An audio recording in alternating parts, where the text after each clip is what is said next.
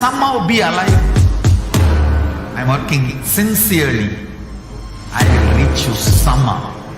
Somehow I will reach you. It's my commitment to humanity.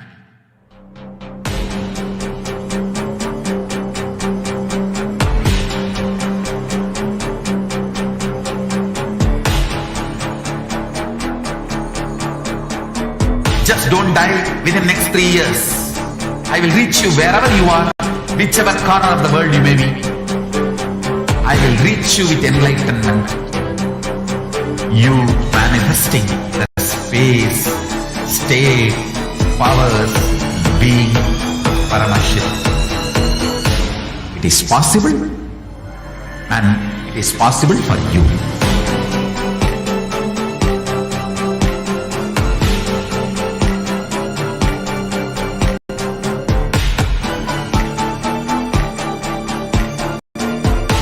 Shiva will reach you with enlightenment science. I know he is going to do the job. Just be alive for next 3 years. Nothing else. Just be alive for next 3 years. Don't die within next 3 years.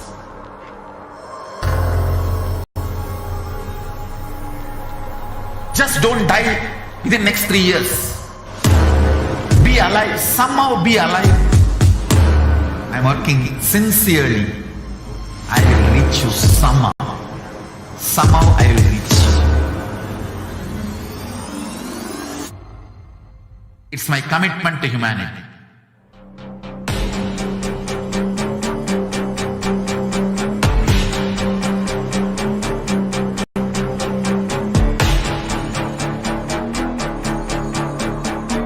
Just don't die within next 3 years. I will reach you wherever you are, whichever corner of the world you may be. I will reach you with enlightenment. You manifesting the space, state, powers, being, Parashakti. It is possible. Yes. So a number of free COVID care centers that are opened across India, which includes Adi Kailasa and Vidadi, Salem Adinam in Tamil Nadu, Tirunnamalai Adinam in Tamil Nadu, Rajapalayam Adinam in Tamil Nadu, Puduvai Adinam in Puducherry, Pattanam Adinam in Tamil Nadu, Siragapadi Adinam in Tamil Nadu, Sripuram Adinam in Hyderabad, Madurai Adinam in Tamil Nadu, Avattipalayam in Erode, Hosur Adinam in Tamil Nadu, Baroda Adinam in Gujarat. So these COVID care protection centers offer both spiritual services, social services, and more than anything else, the cosmic revelations from Devi Parashakti that helps them to prepare for the pandemic. And a number of social services that includes the medical care, infrastructure, free accommodation, free internet services, emergency services, personal protection, medical equipment, food security management through food banks, and organic farming. So you have this opportunity to join us in these COVID care protection centers through this link below, kailasa.org/kailasa-care.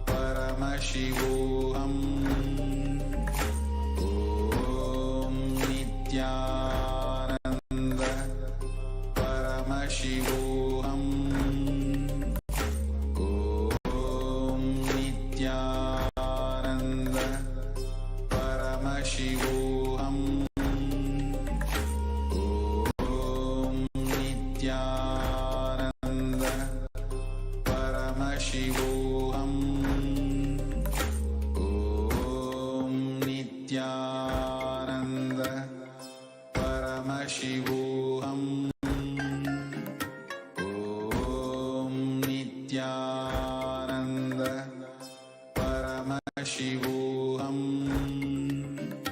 ॐ नित्यानन्द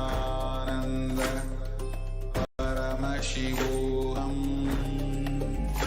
ॐ नित्यानन्द परमशिवोऽहम् ॐ नित्यानन्द परमशिवोऽहम् नित्यानन्द परमशिवोऽहम् ॐ नित्यानन्द परमशिवोऽहम् ॐ नित्यानन्द परमशिवोऽहम्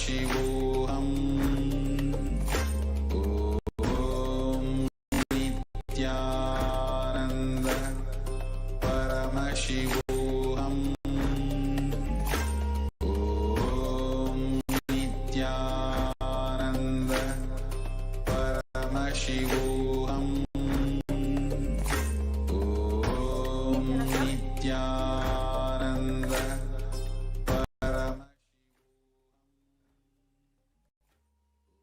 Nityanandam. Welcome back to all the viewers as we are continuing today's program and continuing on to in our segments of the presentation of the persecution of the Supreme Pontiff of Hinduism and the indigenous ASMT women, the women of Kailasa.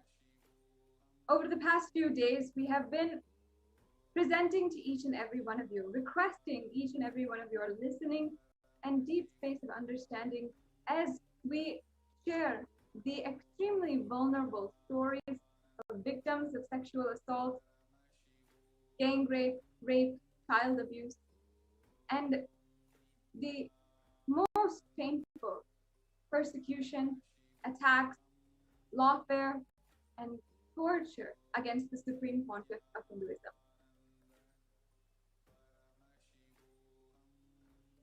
Over the past few days, we've heard the stories of victims who have been brave enough to come forward and share their story, share how they have experienced hatred, attack, and absolute violence by the neo-Hindutva, anti-Hindu militant forces. And we've drawn several parallels, how in genocides across the world, against different ethnicities, against different religious backgrounds and races, how these terrorist forces, even though they might be against different cultures and backgrounds, when it comes to violence, they use certain strategies in order to ensure the destruction of an entire ethnicity and its population. We had discussed the strategy of using child rape and the rape of women as a tactic in genocide. We also showed how the objectification of the gender and using the gender in Hinduism as a weapon to spread hatred and enable the neo-Hindutva militant forces to launch extravagant and brutal attacks against the Supreme Pontiff of Hinduism. Today, in this show, in the following segment, we'll be continuing on understanding the truth about displacement of the Supreme Pontiff of Hinduism and the indigenous women, Hindu women of Kailasa. Now, in the previous segment on this topic, on the displacement, we understood how in several cases, in ethnocides, in different genocides and Holocaust, the terrorist forces, the brutal supremacist forces, had been using displacement as a tactic to weaken the entire civilization. And they do this in three ways. One, by destabilizing, by continuously making a civilization, making a group of people fear for their security, fear for the next place that they're going to sleep, fear for the safety of their children, and continuously keep them moving from place to place, from harbor to harbor, trying to seek safety. And we discussed the example even of the partition, after the partition of India, in India, Pakistan, and all the countries in 1947, the entire partition had caused the Hindus in various different countries, including Pakistan, Afghanistan, which were declared as Islam countries, to be absolutely displaced, not have a home, and be thrown out of their homes overnight. We've seen the extremely painful, terrifying footage of the women, children, men, who all were packed in trains and even walking barefoot from city to city, looking for a place to stay for the night. And of course, we understood the examples also of today's most known genocides and ethnocides, even against the Rohingya Muslims, whose women and children have gone through the most terrifying torture at the hands of terrorist forces. How their attackers, their abusers, would literally follow them and hunt them down and make sure that they never had a place to stay. This tactic is a successful way of ensuring that the entire population, an entire ethnicity, is disabled from growing because they don't have a chance to have a stable foundation, grow stably, and move forward.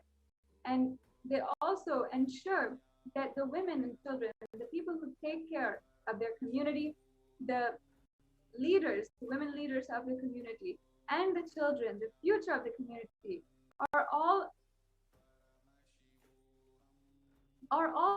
extremely unable and even terrified to go about their life in a normal way, much less in a way with higher ambition or even to contribute to the world, but at least to protect their normal human dignity and to live a basic lifestyle, basic human lifestyle. They're not even able to do this. In the Hindu Holocaust, in several records, we have seen how the Islamic invaders, the Mughal invaders, 5,000 years back as they started, had enslaved the women and children of the Hindu civilization and even moved them in their own prisons, in moving prisons in shackles, and ensured that they were entirely enslaved. In this day and age, we continue to see the displacement of the indigenous Hindu women of Kailasa, the disciples of the Supreme Pontiff of Hinduism, and ultimately even the Supreme Pontiff of Hinduism himself. And it is not just a single attack against two women and children, but an entire minority, an entire indigenous group, which represents the oldest group a part of Hinduism. And much like in the ways that His Holiness, the Dalai Lama, the known and recognized leader of the Tibetan Buddhists and leader of the nation of Tibet, according to the original Tibetan policies and religious order, how he was entirely exiled from Tibet, removed from his status as a leader, ensured that he could not go back to Tibet, and the entire Tibetan Buddhists, the families, and the monks were all left unable to protect themselves from terrorist forces that were attacking them. Worldwide, we have seen the footage and the pictures, the horrific pictures of monks being set on fire, the Tibetan Buddhists being set on fire, the women and children running and screaming away from their attackers. And in the same way, on the 2nd of March of 2010, the Neo-Hindutva militant forces attacked the Adi Kailas Sarvagyapeetham, the kingdom of the Supreme Pontiff of Hinduism, and they attacked his very quarters, his headquarters in the Adinam.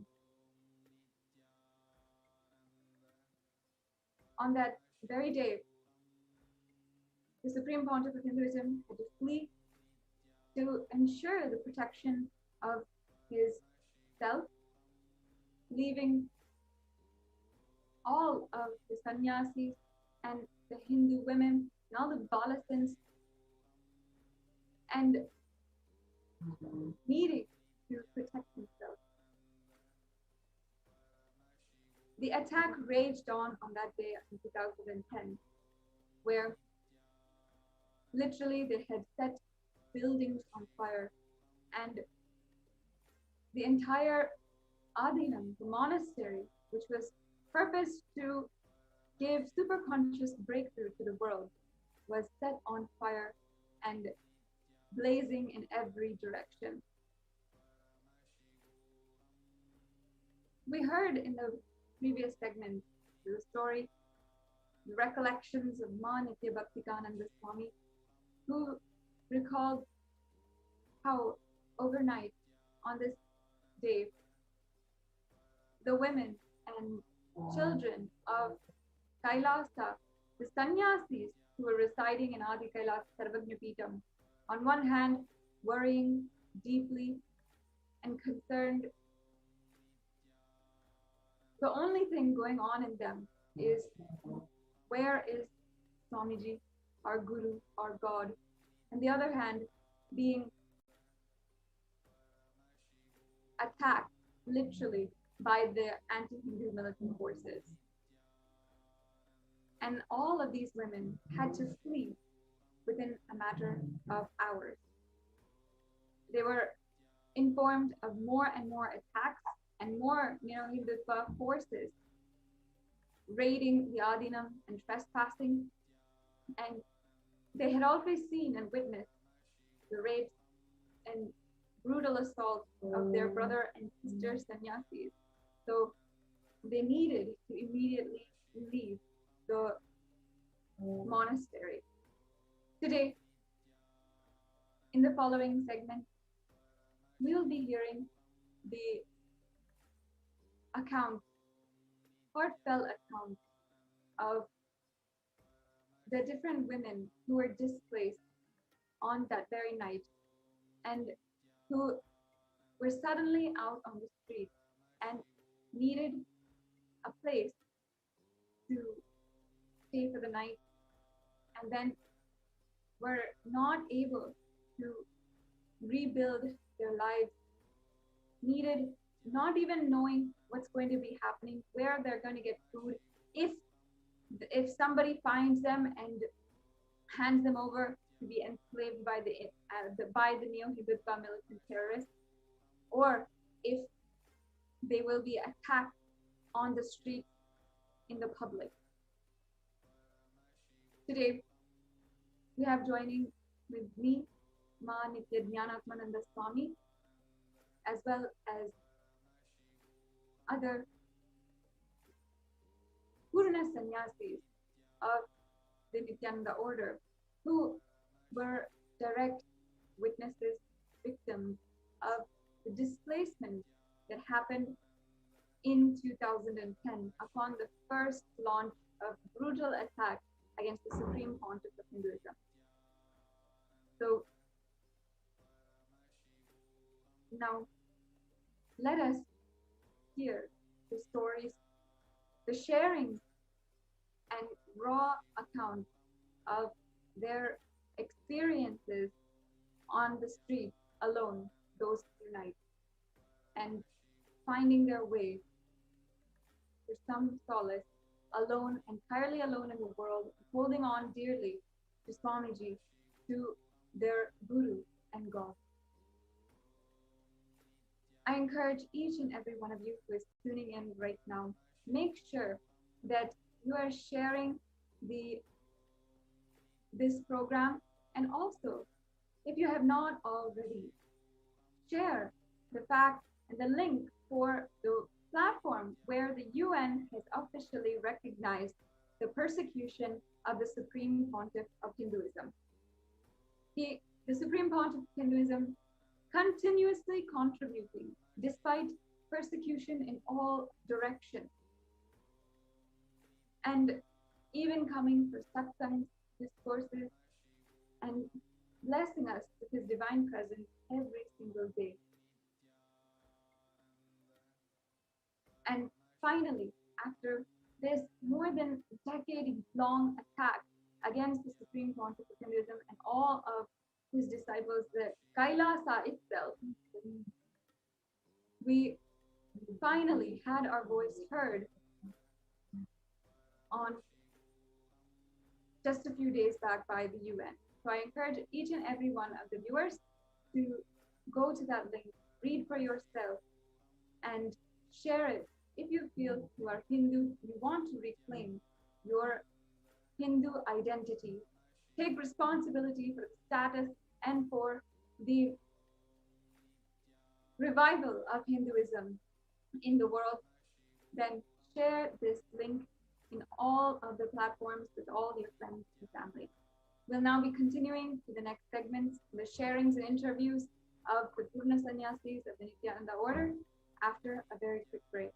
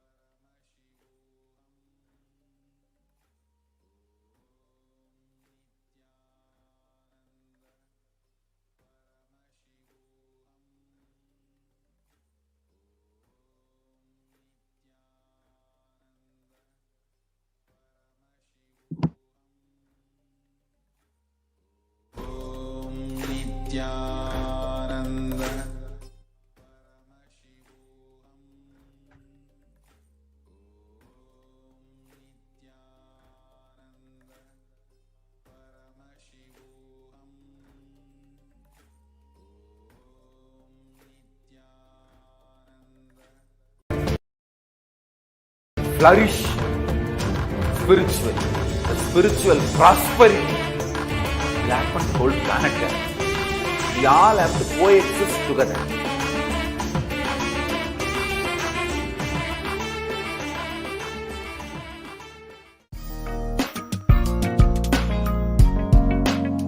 We get you health. We get you ability to build beautiful relationships in your life. We get you direct spiritual support, and we make sure you become wealthy.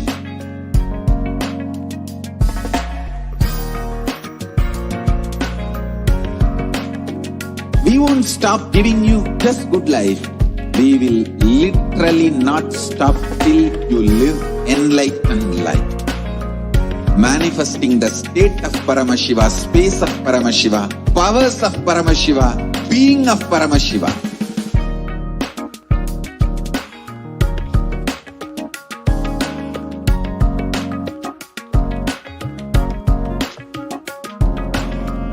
Whole world should become e-Kailashians. I want the whole world to know Hindus have something great to contribute to the world.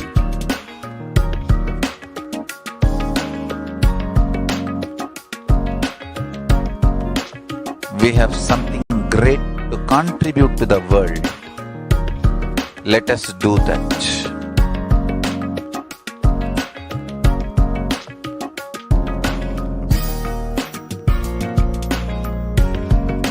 E-Kailasa is proper customized spiritual service helping you to identify your root patterns of suffering.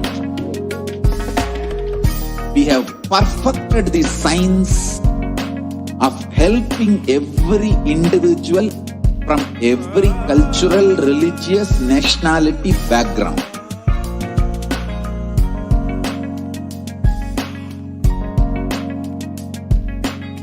You will have lowest reactionary assumptions, highest awakened response, alive response for life continuously.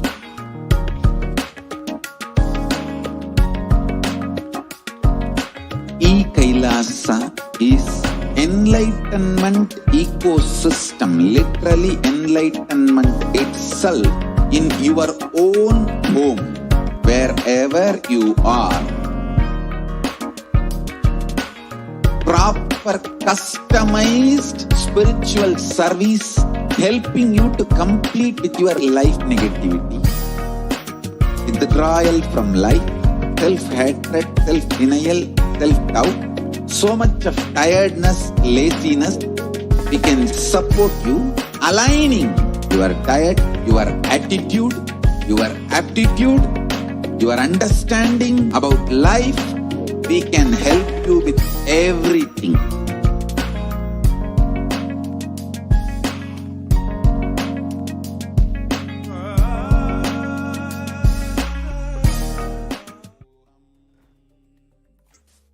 Yeah.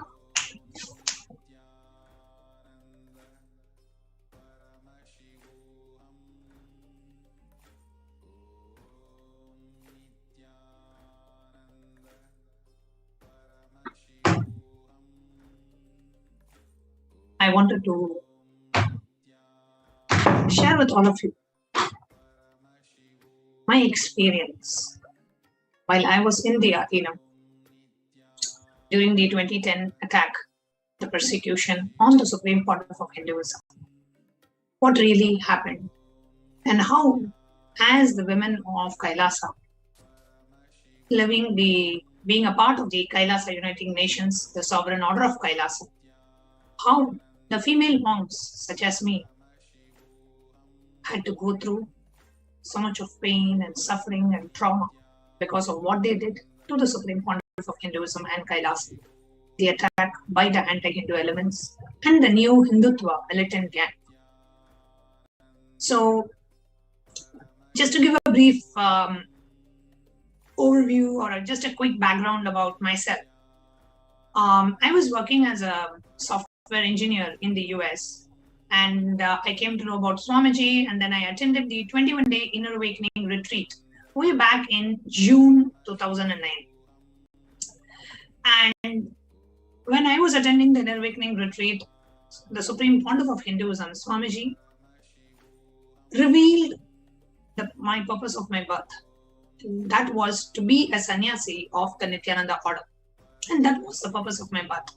And as soon as Swamiji revealed, I had there was no question of, I was so clear that was my path and that was what I was meant to be.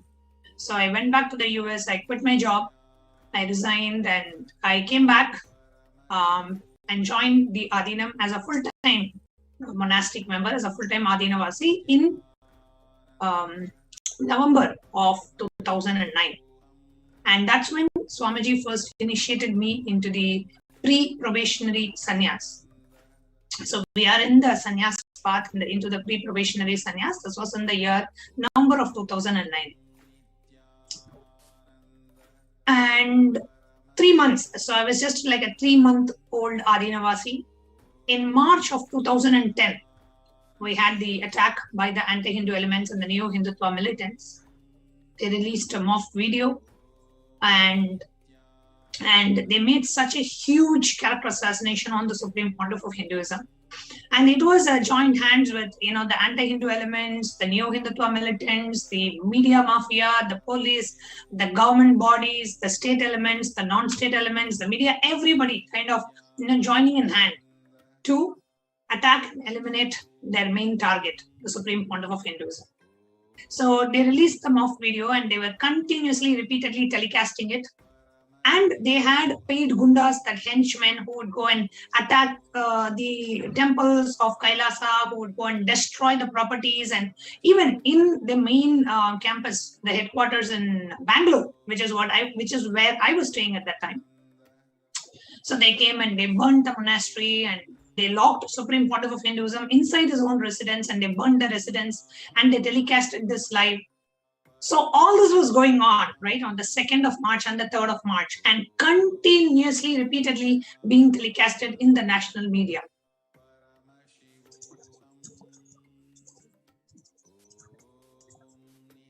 So while I was in the monastery at that time, I was getting frantic calls from my pre-monastic family. And they, first of all, they were not happy that, I quit my job as a software engineer in the US and I'm taking up this monastic lifestyle. At that time, they were not, my pre-monastic parents were not devotees of Swamiji at that time. And they thought, thanks to the great Dravish brainwashing of Tamil Nadu, where the Hindu gurus are shown only in a negative sense. And pretty much all the Hindus in Tamil Nadu are so brainwashed against the ancient Guru Sishya Sampradaya because of the anti-Hindu elements and the Dravish gang continuously putting false news and rumors against the Hindu gurus in the media. So my pre-monastic parents were not very open and they were actually very upset that I quit my job and I joined as a, in the monastic order. So when they heard this news and that they heard that the ashram, people were coming and rampaging the ashram and the ashram was burning on one side and gundas were coming and the women in the ashram were portrayed as prostitutes and whatnot. So I was getting frantic calls from my pre-monastic family saying, get out of the ashram and come back to Chennai immediately. I said, because actually at the gate and at the entrance of the ashram, these anti-Hindu elements were barging and doing all of this. And we were inside in one of the, apartment complexes and we were quite safe. I told, do not worry, we are good, we are safe, don't worry, we are fine. And they said, no, the entire ashram is under attack. You cannot live there. You have to get out of there right now. And my pre-monastic family in that, there was one person, one of my uncles, he works in the military. Okay, so Indian military. So they tried to reach out to him and they were trying to get some police personnel to somehow get me out of the Adinam because look at what they are showing in the media, right? So this is what they are showing in the media that is happening and gundas are coming and they're breaking everything. And here I am, a girl and in the monastery and they didn't know about Swamiji, anything at the time. The only thing they came to know about what's happening is through the media. And so much of attack going on, Swamiji's pictures burning, the residence was burning, the ashram is burning, and so much of attack. So they continuously were calling and they were trying to reach out to some higher personnel in the police and military and they were like, we have to get you out of there. Either you are coming there or we are getting you out of there. And I was very clear, I am not going anywhere. This is my place. Swamiji is Paramashiva. I am going to be here no matter what. This is my house. I have come here and I know Swamiji will take care and I am not going anywhere. So this was going on. And this was on the 3rd of March. And that's when the residence of Supreme Pontiff was burnt with Supreme Pontiff being locked inside. And we were all in the monastery. We could see the residence burning. And there were policemen who were stopping us from going and protecting the Supreme Pontiff. We could see the Supreme Pontiff's residence being burned. And the couple of sannyasis inside the Supreme Pontiff's residence at the time were shouting. And all the sannyasis and adinavasis and myself, we were there in the monastery at the time and we couldn't do anything to stop it. We could not even take a bucket of water to throw because we were stopped by the police. And that was when it struck me. Literally, I felt like, until then, I grew up with this great delusion is that police is for your protection. And that was the first time I realized, oh God, The police, at least that was there in the monastery at that time, they were not to protect us. They were there to protect the people attacking us. They were there to protect all these gundas and henchmen. And they were not there to protect the victims of the attack, the victims of the persecution, the Supreme Pontiff of Hinduism, and all the monastic members at that time. So then what happened was, all this was happening. And we got the news later that evening. We got a news that the Neo-Hindutva militants, see, they have decided to, ransack the monastery. They have decided to burn down and bring the whole thing into ashes. And somehow they the Neo-Hindutva elements wanted to take over the organization from Supreme Pontiff. They wanted to run the organization themselves and assassinate Supreme Pontiff. The anti-Hindu elements, all they wanted was that Supreme Pontiff should be assassinated and he should not be no longer continuing to revive Sanatana Hindu Dharma, because that is completely against their political agenda and vested interests. Now this Neo-Hindutva gang, the militants, what they had planned was they were going to come into the monastery and throw the drugs. They themselves are going to bring drugs with them and they are going to implant that in the monastery, and they themselves will come with the media and take a video recording and show live that, illegal activities are going on in the ashram. So let us go ahead and arrest all the inmates and let us lock down the ashram. This was their plan, and they have done this very successfully in so many other different organizations and places. This is something typically they do. So one side the ashram is burning, the other side Swamiji's life is in danger, and we don't know where Swamiji is, whether Swamiji is even alive or not, we don't know. We are so concerned. And this is being live telecasted, and we are getting calls left, right and center from everywhere. Every Adinavasi's parents and relatives, everybody is calling and saying, get the hell out of there, do not be there, the place is not safe right now. The ashram has been surrounded by media people. The media men has completely surrounded the ashram.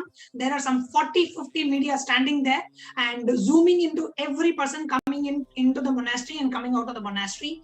Every woman in the Adinam is being portrayed as prostitutes. Every single person in the Adinam is being portrayed as prostitutes, women. Even one picture of the women they are portraying them as prostitutes and whatnot. So this news that the anti-Hindu, this Neo-Hindutva gang, they're going to come next morning and they are going to implant the drug. Somehow this information got leaked, this message got leaked, and we got to know this the previous day. So then what happened? And they said internally there was a meeting and the decision was taken that right now it is not safe for the Adinavasis to stay in the Adinam. We have to get out of that as soon as possible. And this has to happen in the night. Somewhere between 1 a.m. to 3 a.m. all the Adinavasis were told to leave. Because that was the only time where the media was not hounding the monastery. Because around 4 o'clock or 5 o'clock in the morning, the media, about 40-50 media channels, they come and completely block off the gate. Every single person going out of the ashram or coming into the ashram is being shown live on the TV, and they're being shown as, prostitutes and sex workers and whatnot. All such vulgar language and hate speech is going on. So between 1 a.m. to 3 a.m. in the night, we were to leave the monastery. And it was decided, they said, you go back home. We will call you when the situation is all right. As of now, you go and be wherever you are, wherever you can go, please go now. Do not stay in the Adinam. The Adinam is not a safe place. A lot of conspiracy is going on. They may shut down the ashram at any point in time. They may arrest whoever inmates are there. We don't want any of you to get arrested. So please go. And they said immediately vacate between 1 a.m. to 3 a.m. in the night, because that is when the media is not there outside the monastery. So I left the monastery at around 1:30ish in the night. We went to Bangalore. I took a taxi to Bangalore bus station. And in the Bangalore bus station, we waited till I was there with a few other Adinavasis at that time. We were all going to Chennai from Bangalore. So we reached the bus station at around 3 a.m. or 4 a.m. in the morning, and the bus was in about an hour. There were continuous buses running, and we had to hide all the Kantamala, and we used to also have a Rudraksh Mala with Swamiji's dollar. All these we had to hide. We could not show any symbol that we were disciples and followers of the Supreme Pontiff of Hinduism, because any symbol you show, because of the hate speech that's continuously shown in the media, and Swamiji is being shown in the wrong limelight, all the Adinavasis and Sannyasis were being shown in the wrong limelight. Even if they see a mala with Swamiji's dollar, the men will come and behave so vulgarly, as if you're a prostitute waiting for a business. That is exactly how they will treat women if they see you with the dollar of Swamiji, because of the continuous airing of the morphed video and the news footage where they are showing sharing such vulgar information and completely character assassinating the Supreme Pontiff. So then the next morning I reached Chennai, and my pre-monastic family, see, at that time they were not disciples of Swamiji. And later on, after they met Swamiji and they took the initiation, they became, of course, they became disciples of Swamiji. And in my pre-monastic home is now Kailasa. They have a temple there. Kailasa in Tambaram is my pre-monastic home, and both my pre-monastic parents were disciples of Swamiji. And recently, my pre-monastic father passed away, and Swamiji gave the ultimate liberation, Sayujya Mukti, to my pre-monastic father. Completely grateful to Swamiji for that. So when I was this was in 2010. So when I was going back from the monastery, at that time, my parents were so elated that they thought that my expedition into this sannyas life is finally over. I have come back to my senses, that I have come back home. And they were so happy and so elated that finally their daughter is back home. All her craziness is gone. And now that the ashram is also under attack, there is no way I'm going to go back to the ashram. You come back and you lead your whatever. They wanted me to take a job and lead a life and continue what I was doing. So they were so happy and they welcomed me back home. And it was like, whatever all their wishes came true, they felt like that. And they thought that my whole thing, because of the way they were showing, the ashram is closed and Swamiji is, is going to be arrested and whatnot, the nonsense that they were spreading in the media. So they thought, okay, my whole expedition is over and I'm back. And for me, the whole thing was, when can I go back to the ashram? When are they going to allow us back into the ashram? When can I again go back? And for my pre-monastic parents at that time, it was like, okay, everything is over. She's back and she's going to continue her job or whatever I was going to do. They were happy that I was out. This is one side. From my perspective, what had happened.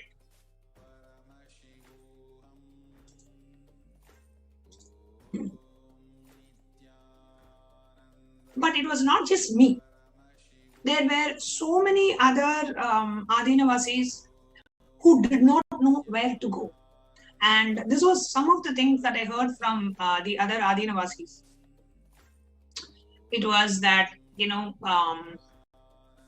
somebody went back from the monastery, one of the female Adinavasis, the entire village kept her, wouldn't accept her back into the village because she was from Swamiji's ashram and they saw her as a prostitute.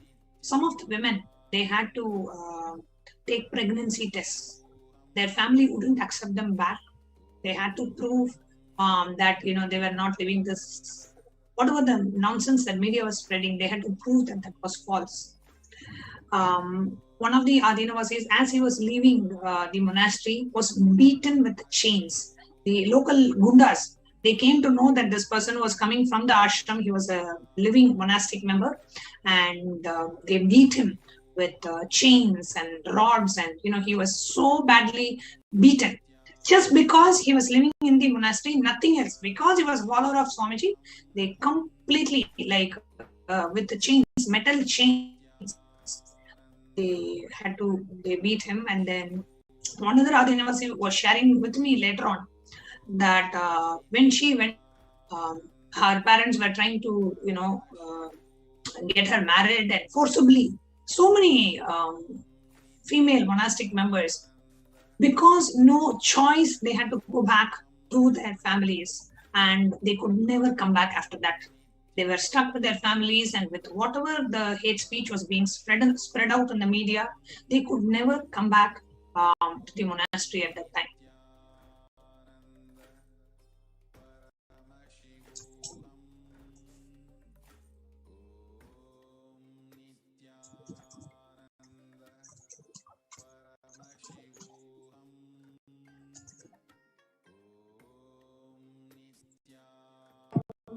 And it was not just me.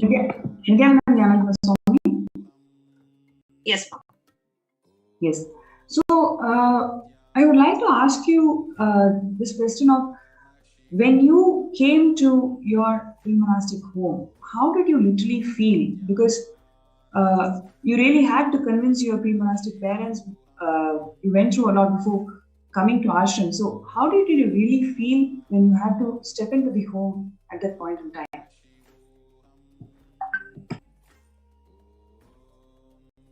To be honest, when I had to go back home, I came into the monastery. I came in saying, like, finally, I'm going to live the purpose of my life. This is what Swamiji revealed as a purpose, and I was so sure, because the job and the outside world was not giving me the fulfillment that I was looking for. And finally, I have quit everything. I have now come and living there. Now I have to go back home. It was like, the future was uncertain. I don't know what was going to come next. I don't know when I'm going to be coming back to the Adinam. I don't know when I was going to see Swamiji. And I was just so new. I was just 3 months into the Adinam. So at that time, when I was going back, the thoughts that were there in me is, I need to get back to the Adinam as soon as possible. That is my home. Swamiji is my father. That is my home. I have to get back there as soon as possible. I have nothing to do in Chennai. And one of the things that I felt was, even though I joined in November 2009, I have been following Swamiji since 2007. So 2 years I've been following Swamiji, and so many changes I have experienced, in that time frame. And I felt like, when Swamiji is being attacked, see, if any of your family member is being attacked, or if they're going through something, that is when you will be there. That is not a time, oh, this person is going through something, you leave and run away. So I felt completely shattered that I was not able to be with Swamiji at that time, and I had to, go away and be somewhere else. I really wanted to be there. Even though I was so new, I wanted to be there. I wanted to do whatever I could to help resolve the situation or to be a part of this. But I was not given a chance. I was displaced. I was forcibly displaced because of the attack by the anti-Hindu militants. Yes, ma'am. So when you are going through this kind of emotion, how did you make sure that your parents let you? Don't force you back into your homes. What was the conversation that you had with your parents to kind of explain to them that this is what you're planning? Actually, a very interesting incident happened that brought me back to the monastery. So what happened was, my parents at that time thought I was brainwashed, and they wanted to do some kind of a Hindu ritual to remove my brainwashing. So they had called for some Vedic priest to come and do some Hindu ritual, like the Vedic fire ritual, Homa. They wanted to perform in my pre-monastic house so that my mind will change and I will not feel like going back to the ashram. So this Vedic priest who came, he came and he was supposed to perform some ritual. He came and he was a disciple of Swamiji. He was a follower of Swamiji. And he had come to my house and he had read Swamiji's Jivan Mukti book. And he said that whatever attack was happening on Swamiji, and he was so sympathetic. And he said that, when my pre-monastic parents were asking, that all this attack is happening on her guru, and she says she wants to go back. He only said one thing. This Vedic priest who overcame, I'm so grateful to him even now. He said, only a guru should judge a disciple. A disciple should never judge a guru.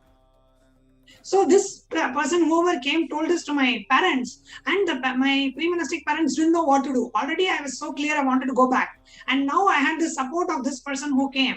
So anyway, I know very clearly Swamiji only sent that person. And the very next day, I was there in Chennai for about 2 weeks. when this person, actually this Vedic priest had come and when they had explained, and then I knew very clearly that it was only Swamiji who made it even possible for me to come back to the monastery, to be able to be back. But that separation at that time, when the entire Kailasa was under attack, I wanted to be a part of it, but I was forcibly displaced. That was extremely difficult for me to take, and I felt like I betrayed my guru. I was not there. I betrayed my guru, and I was not being available when it was needed the most. I always felt like that.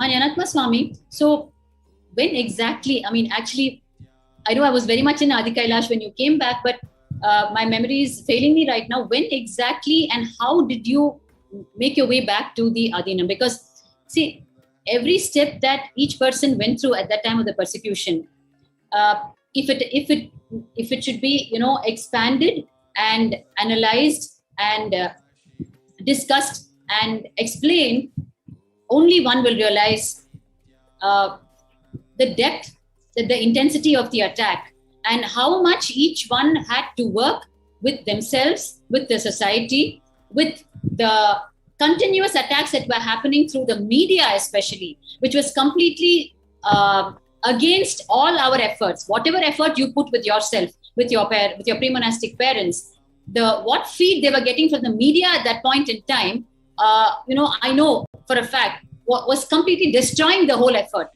Because, see, when people are not able to be physically in the ashram, they obviously look only to media to find out what is going on for news, right? And every line of news was completely false, and the visuals they were showing were gory. So the whole cunningness was, the visuals were so gory because that was the attack going on. So while they were capturing that for the visual TRP, the lines they were feeding as the commentary for the gory visuals were their own false lines. They were not telling really who was attacking who. Instead, they were saying that Bhagwan and his sannyasis are the bad people, and therefore these things are happening in the Adinam, and the whole world is against them, which is complete false news. So literally, people, your pre-monastic parents are part of the people, the innocent public people who are looking to media for news.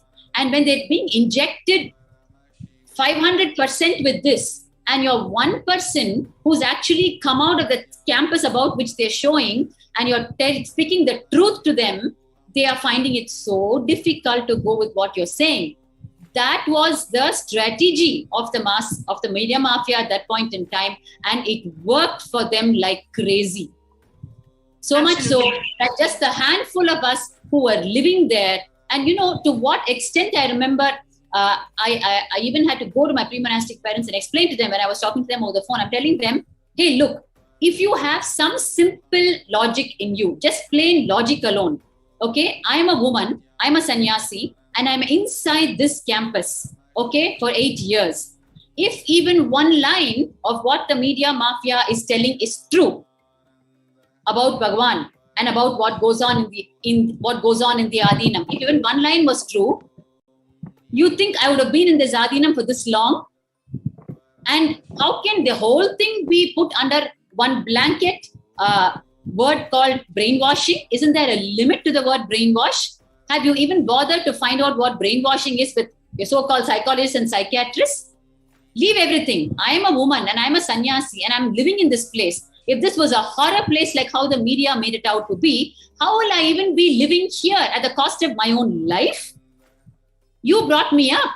Don't you know I'm an educated adult? I'm a professional.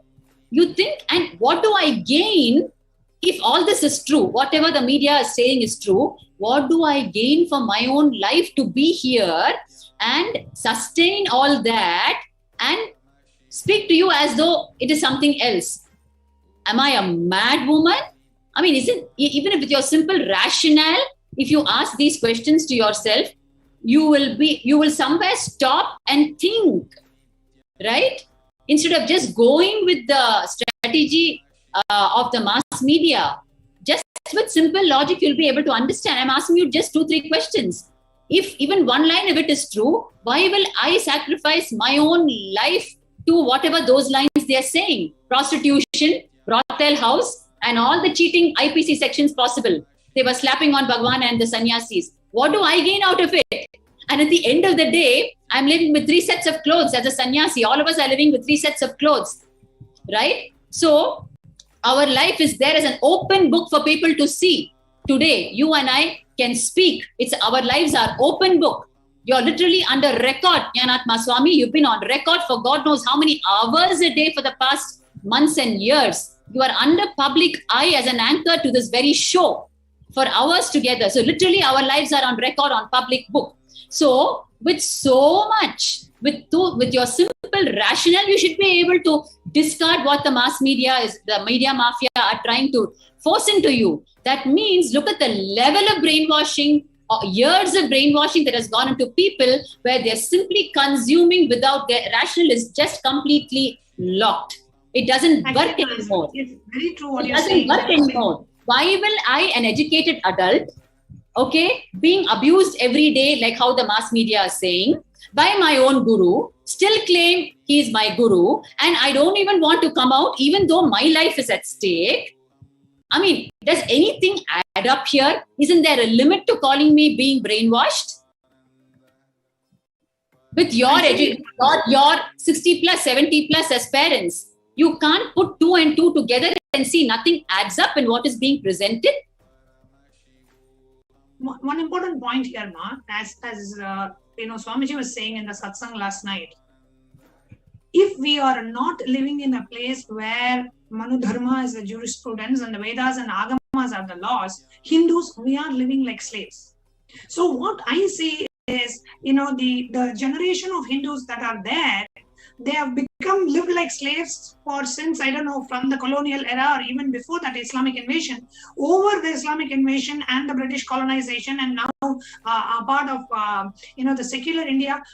Because we have not lived in a Hindu nation, in a Hindu enlightened Hindu civilizational nation for now decades or other centuries now. Because Hindus have lived like slaves, they are not even able to understand, they don't even know they are living like slaves. And eating the thought currents of anti-Hindu elements and thinking it as their own. That is the damage that has been done to every Hindu that is out there, including my pre-monastic parents or my family that was there. None of them believed me. I was living in the Adhina, but they didn't want to believe me. They were ready to believe the media, and they were ready to believe all the nonsense that the media was spreading, because that is how inherently anti-Hindu the whole ecosystem has become. The media, the newspaper, the TV channels, the government, the police, everybody cannot be false. No, that's the whole anti-Hindu narrative. That's the whole strategy. That's the whole strategy. Exactly. And unless we live in a Hindu nation, unless we live in a place where the Vedas and the Agamas are the laws and the Manu Dharma is the jurisprudence, unless we live in such a place, there is no way a Hindu can have the right understanding and the right representation of who we are. The narrative of who we are, of what Swamiji has done, or what Hinduism is, everything is highly manipulated and distorted and represented. And today, unfortunately, the Hindus living like slaves are forced to eat that deluded ideas of Hinduism. And that's one of the reasons why we need to now wake up and make Kailasa happen. The only Hindu nation where Vedas and Agamas are laws and Manu Dharma is the jurisprudence. Jnanatma Swami, when I just look back at all the persecutions that have happened,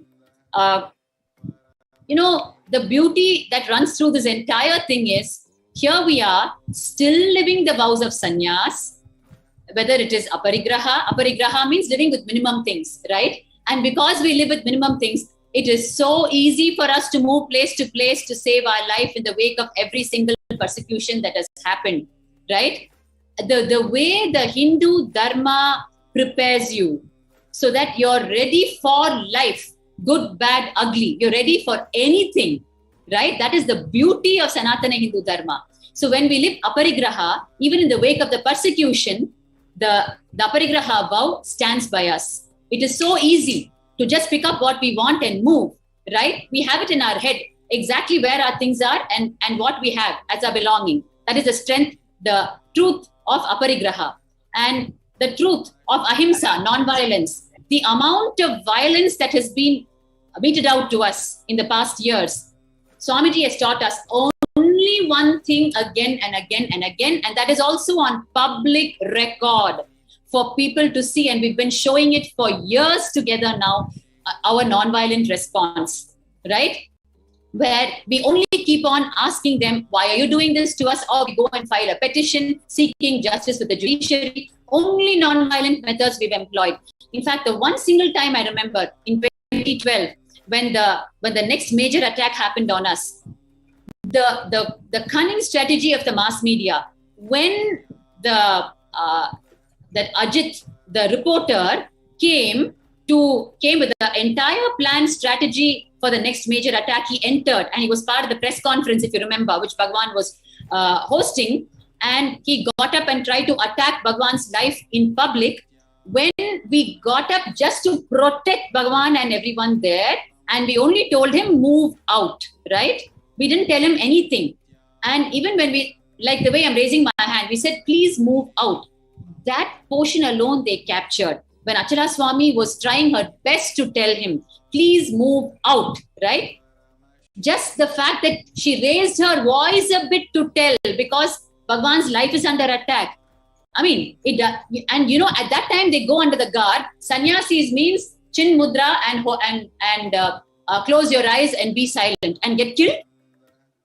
I mean, the way they cunningly play things around, just because she raised her voice and just said, please move out, they replayed that part 1,000,000 times and showed as though we are violent people, right? Hindu Dharma doesn't say, stay in Chinmudra, close your eyes and get killed, right? That is the way they interpret it cunningly for the people, and they portray us as violence, right? But the strength of non-violence is what has seen us through this entire decades of persecution, right? And today, Kailasa is alive. One side is, the non-violence that the Supreme Pontiff taught us. The other side is, even when we as women are feeling displaced and we are forced out of the only home that we wanted to live in, we don't have a place to go. We don't have a place to live. And not just me, so many other women. We have today also joining us on the panel, Satyanyana Swami, who was with her, 9-year-old girl child in the Adinam at the same time. And I really want to invite her to also come and share her experience of what it was to be displaced from her own home.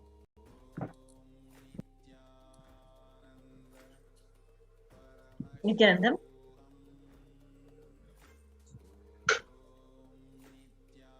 Thank you, Nyanatma Swami, for giving this opportunity of sharing what we all went through in the year of 2010. Here, I can see all my sisters here who all together had gone through so many attacks. Before I start, I would like to share where I am from. I joined Adinam in 2008 with my kid who was just 6 years old at 2008 and wanted to put her in Gurukul to get her trained from the Guru, which was not available to any other people outside there.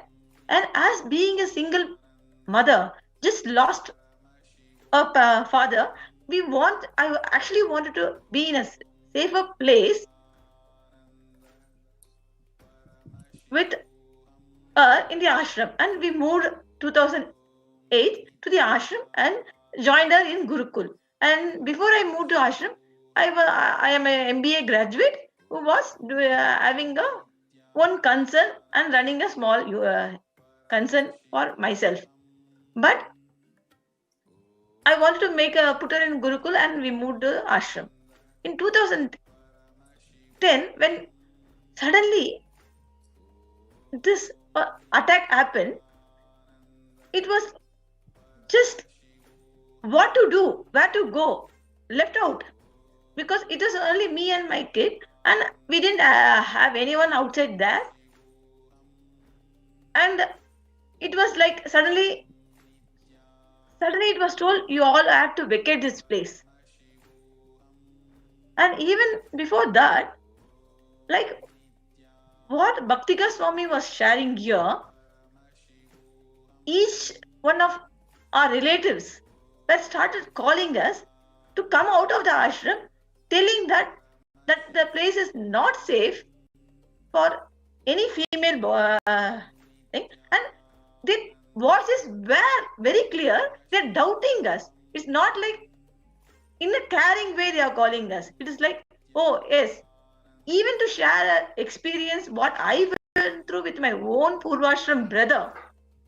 My own brother, he called me and said, there is a video going on and Sun TV and other media is telling that 30 or 40 more girls video with them, which will be telecasted. And the way it was asked was, would one of you also be in one of that video? It was literally like, what can be told?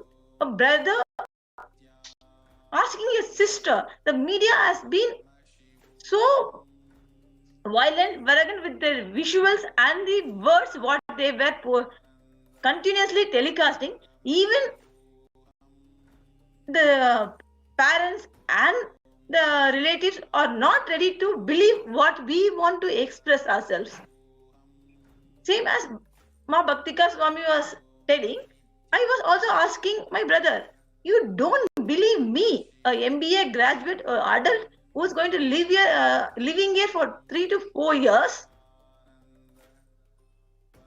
but you are believing what media is showing. But there was zero listening, no listening. That one call of my own brother gave me so insecure. Even if my own brother is not going to believe my words, what I am saying, and going to believe the media, what is being portrayed in the media or what is being told in the media, where will I go for? Because see, before I moved in, I left all my people and ashram and Swamiji was only hope for me, and we moved here and it was our home for past 3 years, 3 to 4 years. But and sorry to interrupt you, Satyagana Swami, sorry to interrupt you. I remember now, I recall now how you have shared with me that, when you lost your pre-monastic husband and you decided to take on sannyas, I remember Pragyanananda, your daughter, pre-monastic daughter, you have shared with me that she was missing her father so much, and she became like literally like a tantrum child, and you were just completely unable to handle her. And after you met Bhagwan and you moved into the Adinam, you used to share with me how she settled so beautifully and how she completed with the entire missing of her father, and she became she started flowering, right? She's a brilliant kid. She started flowering so beautifully. Yeah, sorry, ma. Yes, ma. The whole thing was one touch of Bhagavan, healed her from the tantrum and missing of her father. It was just a single touch and initiation what Bhagavan gave her, healed her so much from the tantrum what she was going through, what she was doing, and the missing of her father. And after moving to the ashram, the single initiation and Bhagavan's presence has amazingly made her as a wonderful flowering child. I can't even imagine if the same tantrum, if she was outside now, what she would have been, what her life would have been. Because outside, none of them would have, even if you would have taken to a best psychiatrist or a best thing, they could have not healed her, and she would have not been like how she is Bhagwan's daughter today. So all these experiences and how your daughter has been healed, all of this, does your pre-monastic family know about it? Despite knowing that, did your brother ask you such a question now? Yes, ma. Despite knowing them, they have seen her tantrums and also seen how changes was in the 3 years which we were in the ashram at that point of time. I'm talking about 2010. But even that, also forgetting all that, what the stress I had gone through and I have healed, how their grandkid has changed and evolved in our guru studies, everything. But in spite of seeing that, the media had brainwashed so much that my own brother had to ask me this question. See, that is the extent with which the media attack happened. Like, their whole agenda is to marginalize, isolate Swamiji from his entire community and the disciples, so they have a good reason to assassinate him. So that's the whole strategy that the media deployed. And this displacement of women, especially displacement of women, was used as a weapon to marginalize the Supreme Pontiff of Hinduism to justify their assassination attempts. So, after having to see their own children getting healed, experiencing such miracles, after having first-hand experience, the families are still not able to believe their own daughters. They had to go to an extent of verbalizing that you will be one of those, they are going to release more videos and your video is going to come. So such amount of hate speech and vulgar thought process was injected into the society just to isolate Swamiji. So then we must understand that 14,000 hours of media footage that was continuously playing in every single media channel. What was the strategy behind that? This is the exact strategy. They want to marginalize, isolate Swamiji from his entire community, entire devotees, and the Hindus, most importantly. This whole attack is to destroy the Guru tradition, where Hindus literally lose belief in Gurus. So once they lose belief in Gurus, then they're literally destroying themselves, because they will not understand that they have the possibility of attaining Paramashivatva. So the whole displacement strategy that these anti-Hindu elements and the neo-Hindutva groups deployed is just to isolate Swamiji from this community. Yes, Pranapriyama, same. Because of that, how they were continuously showing, and even I just left out, if I have been displaced from this ashram, which I was thinking as my home, what will I do? Where will I go? That was the worry, and actually I couldn't even ask someone, because when I get an answer from my own brother with so much of just on the face, he's just telling, oh yeah, might be your video next. You are also, then the thought current is, he is also thinking as a prostitute. Then all the female monks, monastery members who were there at that time, each one of us had to think where we will go. That thought was literally putting us down, and really we couldn't even trust, because near the gate there are thousands of people, gundas, waiting, and 40 to 50 media people are waiting. Whoever just walk out, they shoot them, put their camera on their face in the live and say that this is a person who is prostitute, who was living in the ashram. See, this thing, we were all put on roads. Actually, we didn't know what to do, where to go also. That was big. Just I was waiting to see if I can put my daughter in a safer place. Because she was... Yes, ma. And if you notice, ma, if you just study the whole attack and strategy to displace the women, to displace the children, to displace everyone. They can say there's no one in the ashram at the end of it.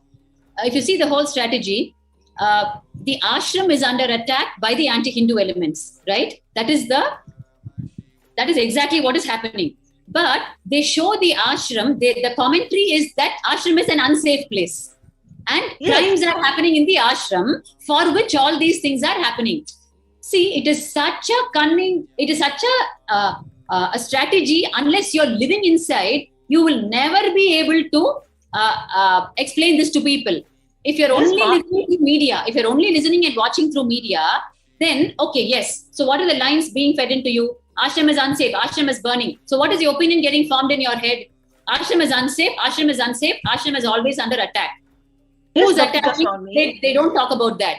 And Yes, sorry, Bhakti Amma. Just what when you are saying this, I was a witness for what you are saying it right, because the media was scrolling. See, we are in the ashram and we are telling our Purvashram parents or the relatives, nothing is like that happening here. They don't want to believe. The whole idea of the media was to put us all on roads and say that to public Exactly. that ashram is unsafe, and yes, making that is why the strategy was made. That is why that whole strategy was designed by them, so that meticulously, strategically, they will displace all of us. They will move us out of the ashram successfully. That is why the whole thing was planned and executed. Yes, Bhaktika Swami, I will also like to share one of the thing. My Purvashram mother is calling me at morning time before the actual burning of the place where Bhagavan was staying, that the ashram is burning. I am standing outside and I am literally talking on a phone outside, and I am able to see the whole Adinam. Nothing is happening there. Ashram, nothing is happening. But we were worried out to where Bhagavan is, out to save him, and what is going to happen next. But same time, if you see, before any incident or burning is happening, the scrolling is going on. You are going to have a breaking news. The ashram is burning. So we are getting more and more calls. And I'm saying to my Purvashram mother, nothing like that is happening in front of me. I am here in the Adinam. Don't worry, nothing. We are sorting it out. Nothing there is to be getting panic. They didn't believe. They are believing only the news which is being scrolling. And I'm trying to say that nothing is happening and convinced her to put the phone down. After some time, literally it is, they burned the place which Bhagavan was living. And we didn't know what to do because the police is not allowing us to go near that also. They are in between us and they are not allowing us to take a as Nyanatma Swami was sharing. One very important thing, even now we'll miss the viewers if you don't explain it here. From whatever you're saying, what needs to be understood is your parents were watching television and they were saying the place is burning, the scroll is happening. The scroll has started happening. But in the scene, in the ashram, it has not started yet. The attack on Bhagwan's quarters is yet to start, right? Yeah. But the scroll has already started. Means what? It means the whole thing is planned, and there was a miss in the timing between the scroll coming and the attackers coming to Bhagwan's quarters. So they put the scroll before the attack started. Means what? It is a complete coordinated effort which failed coordination at that time. So the scroll came out first before the attack happened. Yes, so news is made. So the news is made first, okay, and then executed. So when they miss the timing by a few minutes. Exactly as you're sharing, in which place a media reporter will be ready, and the camera, the live satellite television will be ready, the media reporter is ready, and the place is being burned. And while the place is burning, the media reporter is standing right in the front and he is giving a live telecast and a live commentary saying, see here, No, this has to be told even more precisely to the people. First, the reporter starts saying things are happening here, burning has started, scroll starts happening, and then the attack is made, and then the attack is done. Absolutely. And this is how the news is made. Sorry, I just wanted to add this. This is the systematic strategy that these anti-Hindu elements deployed, even in the recent YSJP attacks, when the CWC officials had to come in the middle of the night. Before they came, at least for 3 hours, the media personnel, everybody lined up in front of the campus. If you can just hold on for a moment, we'll just have NTV operator also show you on the screen. I request NTV operator to please show Ma Pranapriya also on the screen.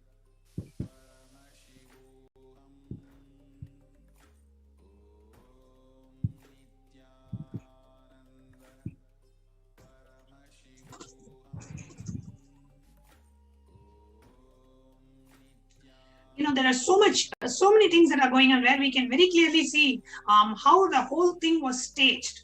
The whole thing was pre-planned. The whole thing was staged. Assassination attempt on the Supreme Pontiff of Hinduism was completely staged, and the anti-Hindu elements, the neo-Hindutva, neo-Hindutva, every segment of the society was attacking the monastery. That the monastery was not where we could. Yes, Maprana Prema, please go ahead. Yes, so sorry, I had to jump in here because I just wanted to make a point that this is the strategy that these anti-Hindu elements deploy constantly when they wanted to attack the Kailashis, especially the Hindus. See, even in the recent YSJP attacks, when the CWC officials barged into the campus, right into the campus in the middle of the night, before they came, 3 hours, all the media was lined up in front of the campus.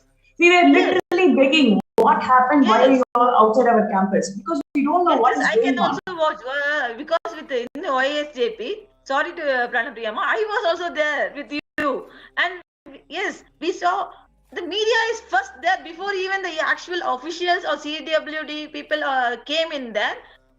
Ma, the media is there even before the attack happens. The media is there even before the attack happens. That is the essence of this. Yeah. And the second point that I wanted to make is the police were standing right after 2 hours. The police also came. So we didn't know, because the campus is extremely safe environment. We didn't know what was going to happen. We were continuously asking the police, what is going on? Why are you all here? And it is not just 1 or 2 police, like 40 policemen were just standing right outside the campus. They don't have any papers. They don't have any explanation why they are standing. We were not allowed to contact any lawyers. Media is standing. Police is standing. We don't know what was going to happen. Till night, 12 o'clock, we don't know what was going to happen.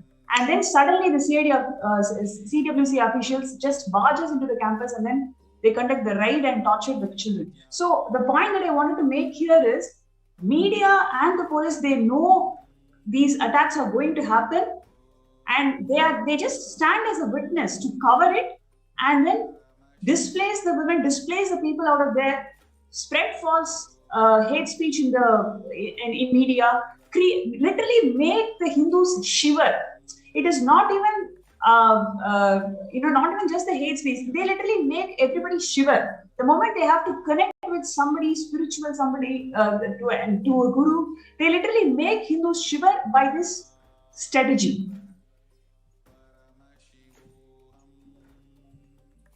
Because who wants to put their kids and family members in an ashram where the media and police is going to come in the middle of the night and conduct raids? So their whole idea is to terrorize Hindus and literally make them shiver. Absolutely, and constantly showing that the place is, some attack is happening, some rumor is being spread, some news is coming. So constantly making the place look unsafe. So even the women who are displaced have no chance of coming back. I know there were so many, at least I can remember about close to 100 women who were living in the monastery pre-2010 attack and who were forcibly displaced because of the attack by the anti-Hindu elements. They were never able to come back. They were never able to come back, even though they wanted to live the rest of their life. But the ecosystem was not in such a way that whatever the anti-Hindu elements did and the way they showcased this place, and they were never able to come back. So their experience or their opportunity to live with the 1008 incarnation of Paramashiva was ended once and for all because they were forcibly displaced. And maybe Vasathikanama, you can share now how you experienced this displacement that happened in 2010. Yes, Ma. As I was sharing earlier, after the experience of the call with my Purvashram own brother, I didn't know where to go, where to stay, because I was there with some more people taking care of them to be safe, and each one of them, I really they didn't want to go because each one of them were afraid. In a way or other, each one of them has to go through this question: are you pure? In a way, in a different languages, because of this media, and many of them didn't want to go from this from our ashram, because all of them were living here for a couple of years, and they know what they are being told in the media is not true. And they didn't want to, because they choose their life to be as in the monastery. And they doesn't want to go back. But we all were being forcibly asked to go out of that place.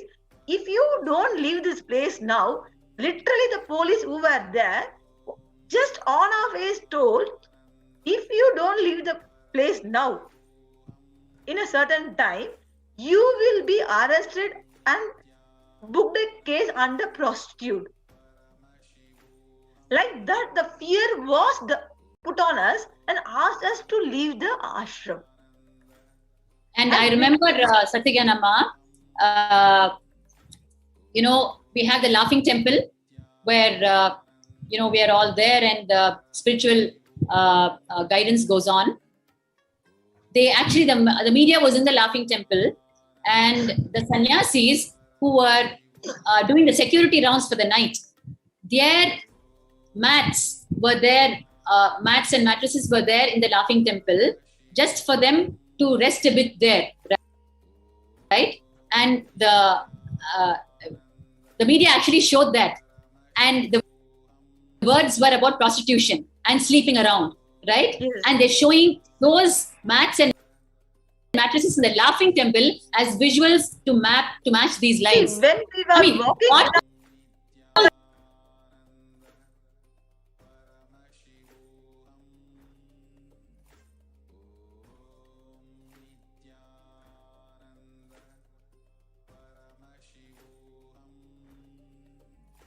night rounds, so that to find out what is happening in which corner of the ashram. We had no sleep, right? So what we did while going for night rounds, a couple of them have put their mats or mattresses in the Laughing Temple in that open space, and the camera is zooming in on that, and the commentary is prostitution and lying around.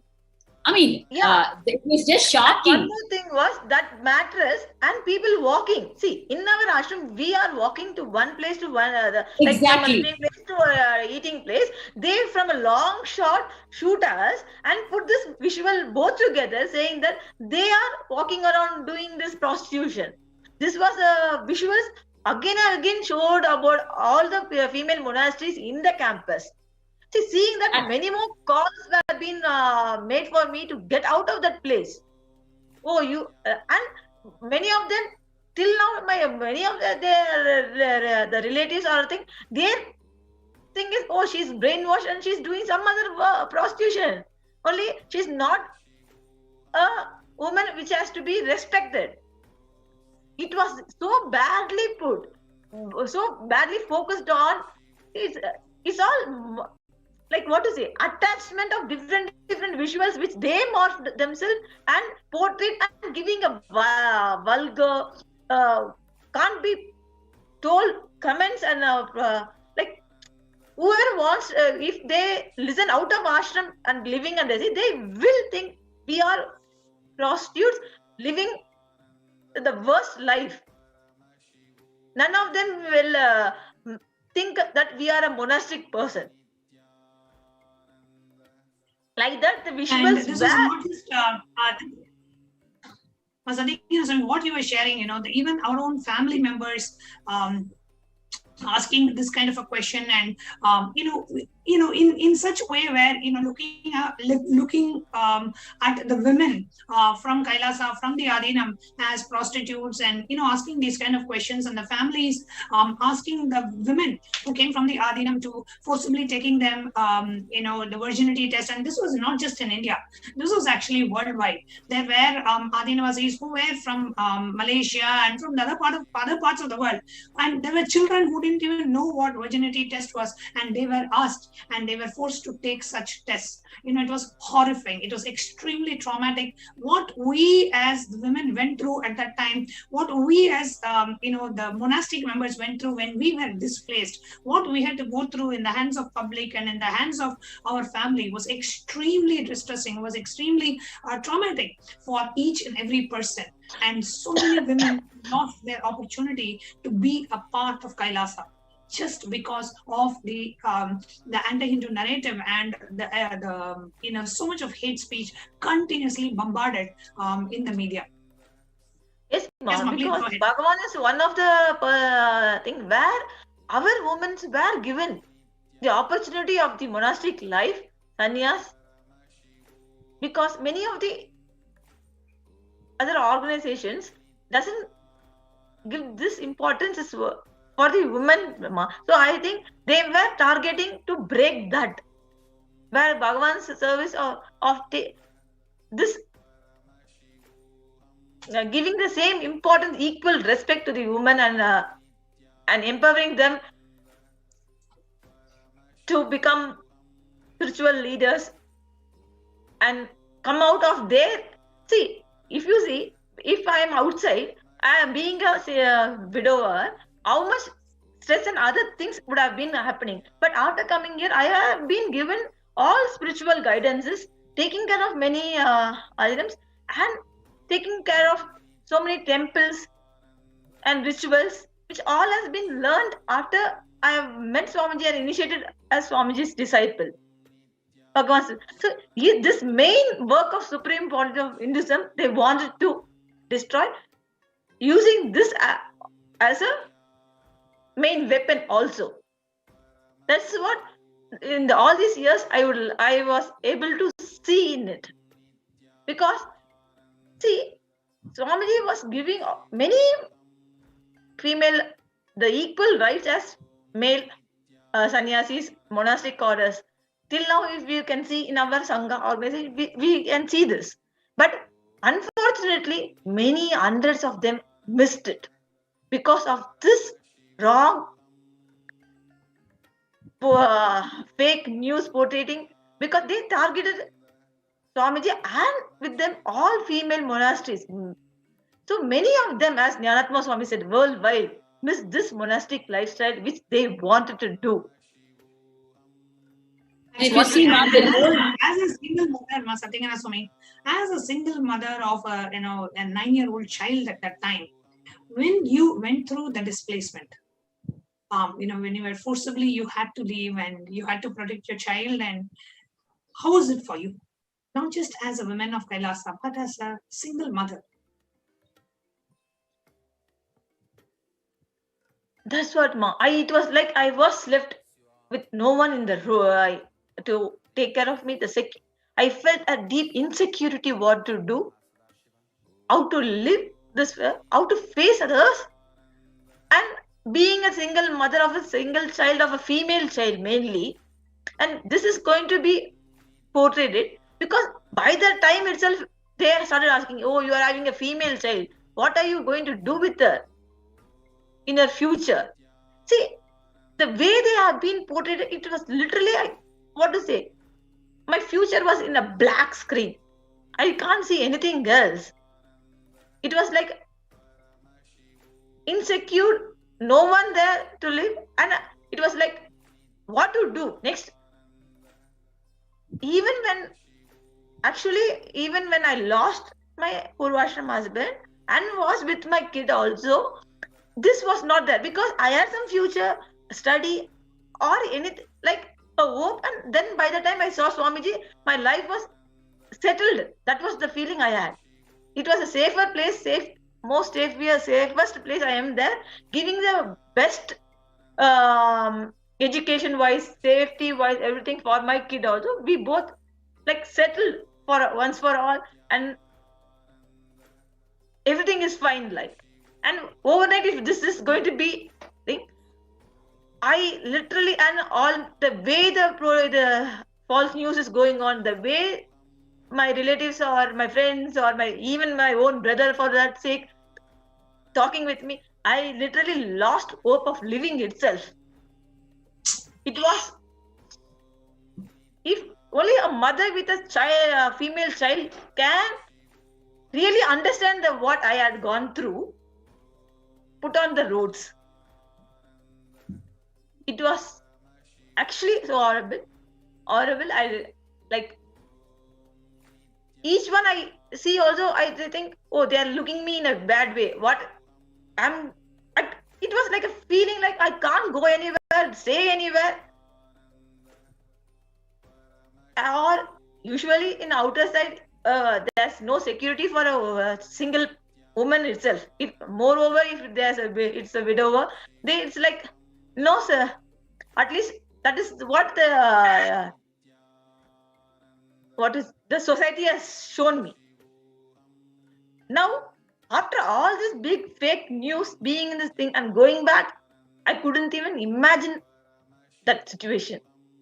Satyagana Swami, how long were you outside and how did you build your life and come back into the Adinam? Today, you're a proud Purna Sannyasi of the Kailasa's Nityananda order of Sannyas. After so much that has happened to you, which you've not even started sharing still in its details, what was the period you were outside and when did you come back to the monastery to continue the service? Okay, ma. See, that is the thing. We didn't want to go outside because of all this fear, first thing. Second thing, nothing has happened here in the ashram as what it is portraying. If I take a decision of going outside, this is going to be like I am also believing what is happening here. And I didn't want to leave this place. But the police which was there at that time forced us, saying that you will be arrested under this prostitution, so you have to leave. We just I was outside in a place near Bangalore itself for 2 days, 2 to 3 days, 2 nights to 3 days. Then they said, from the administration and spiritual guidance we can come back. So I just rushed. The time I got the call, we can come back. I came back to start my thing, and within the 3 days, I was back to the ashram, being in the ashram. But the 3 days was a hell outside, because whoever we meet, whoever we talk, because we can't talk about Swamiji. We didn't know what is going on, how Swamiji is safe or not, or any who gave me a place for the 2 days. Also, we can't talk or we can't say that we were there. So just coming here back again, Ma, if you see here again in what has happened in your own life, if people just put their simple rationale to work, you've gone through so much in just a few days, and your only focus was how to get back to the monastery. Yes. If people out there, the public, who are consuming the strategies of the media mafia with all their innocence, right? They're just consuming it with all their innocence. If they just think, okay, so these are the people who are sharing about being displaced so many times across so many attacks, women being displaced across so many attacks across the years. Why did they choose to go back to the monastery every time? Why won't they take the decision, enough is enough, I'll just live somewhere and die? Why would they want to go back to the same monastery? If they ask this single question, then they are really opening up an honest inquiry into what is happening behind this entire attack, how this entire attack has been strategized and staged, and how instead of being bogged down by the attack, why we want to go back to the monastery, which is being portrayed as a brothel house, as a prostitution center, as a terrorist outfit center, as a cheating, all the cheatings that go on, and all the cheating sections under IPC. If so much is going on there, then why would so many women that too who have been displaced because of all these things want to go back to the same monastery? What do they gain out of it? If they ask that one simple question with simple logic. And this is exactly what is coming out in the public through the UN recognition of the Supreme Pontiff of Hinduism. The displacement of the indigenous women of Kailasa, and how we had gone through this displacement, and how this displacement had left a traumatic experience for us. Yet we all made our way back, and there were many who were victims of the displacement, who couldn't make their way back as well. And we wanted all the Hindus worldwide, all e-Kailasians. It is important we understand the strategies used by the anti-Hindu elements and the neo-Hindutva militant gang to completely dismantle, the Hindu nation from the very roots, from the very foundation, attacking the vulnerable sections of the society, the women and the children, and attacking the leader of the nation, the Supreme Pontiff of Hinduism itself. So it is a very strategic conspiracy against the Hindu nation, and it is very important that we as Hindus cognize what is happening to us, and the report that has been published by the United Nations on the persecution of the Supreme Pontiff of Hinduism and Kailasa really brings all this to limelight. And I invite each and every one of us to share this. Please download and read the report yourself. And in the upcoming segments of this program, we will be having many more of the victims of the persecution, the indigenous women who were victims and who are victims of this persecution, to come forward and share. And we invite each and every one of you to visit the UN website, download the report and read it for yourself, so you know how the rights of the indigenous women of Kailasa were completely violated, and how the persecution continues on the Supreme Pontiff of Hinduism and Kailasa. So we thank the Supreme Pontiff of Hinduism for bringing this to the attention of the international community by, documenting this persecution while amidst all this was happening. Having a team to document all this, whether it's pictures or videos or data, so that we could bring it out and we could publish, and the UN could recognize this persecution. This is because of the continuous efforts of the Supreme Pontiff of Hinduism that today the Hindu Holocaust has finally been brought to light. So with that, we would like to conclude today's segment.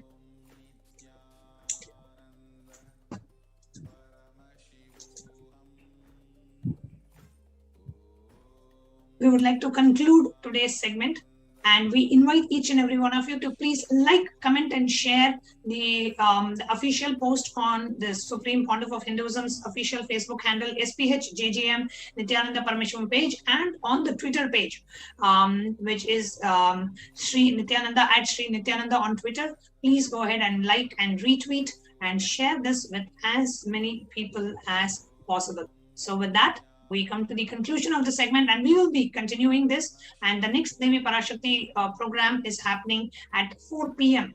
IST Indian Standard Time, and at 8 p.m.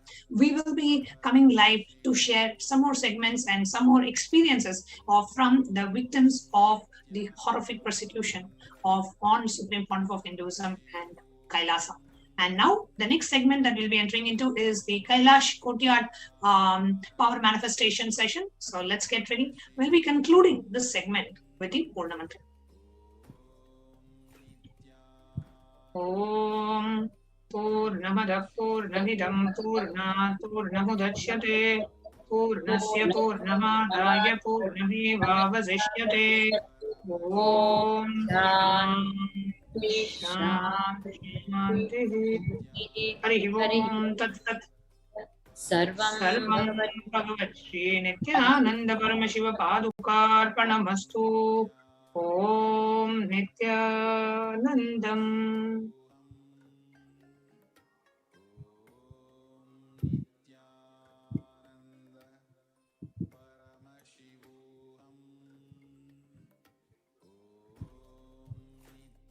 Ananda Paramashivoham. Om Nityananda Paramashivoham. Om Nityananda Paramashivoham. Om Nityananda Paramashivoham. Om Nityananda Paramashivoham. Om Nityananda Paramashivoham. Om Nityananda Paramashivoham.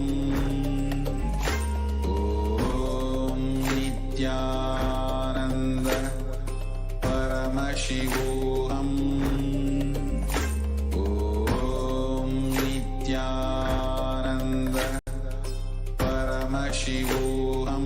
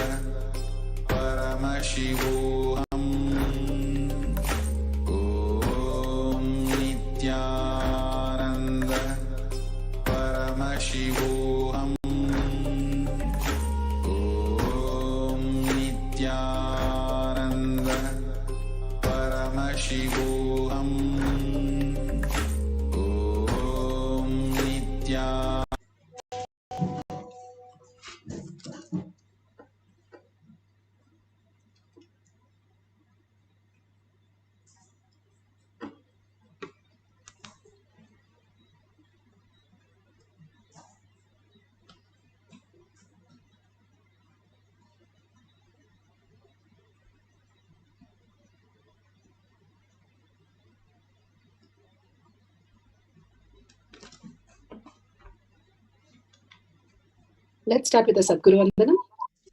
Nityanandam Paramasukhanam Kevalam Jnanamurtim Dvandvatītam Gaganasadasham Tattamasyadi Lakshmyam Ekam Nityam Vimalamachalam Sarvadi Sakshibhutam Bhavatītam Triguna-rahitam Sadgurum Tam Namami. Let's go through the disclaimers. Security measures. No photography, video, audio recording. Important cautions.